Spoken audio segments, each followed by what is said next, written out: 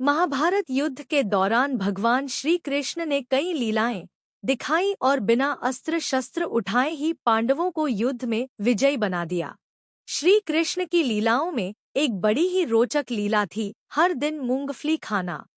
दरअसल श्री कृष्ण का मूंगफली खाने में बहुत बड़ा रहस्य छुपा था, जिसे सिर्फ एक व्यक्ति ही जानता था, और यह थे उडुपी के राजा। कथा है कि महाभारत युद्ध की जब घोषणा हुई तब देश के सभी राजा महाराजा युद्ध में शामिल होने के लिए आ गए। कुछ पांडवों की ओर से थे तो कुछ कौरवों की ओर से, लेकिन एक राजा ऐसे भी थे जो किसी भी पक्ष में शामिल नहीं थे, और यह थे उडुपी के राजा। इन्होंने भगवान श्री कृष्ण से कहा कि इस युद्ध में लाखों योद्धा शामिल होंगे और युद्ध करेंगे, लेकिन इनके लिए भोजन का प्रबंध कैसे होगा?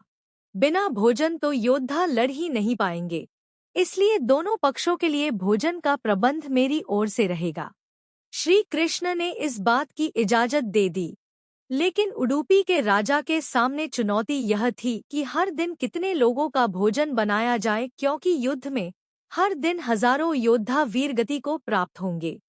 अगर भोजन कम होगा तो सैनिक भूखे रह जाएंगे, और अधिक हुआ तो देवी अन्नपूर्णा का अपमान होगा।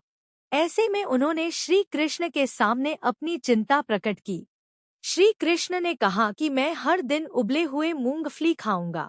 मूंगफली के जितने दाने मैं खाऊंगा, समझ लेना उस दिन युद्ध में उतने हजार सैनिक मारे जाएंगे।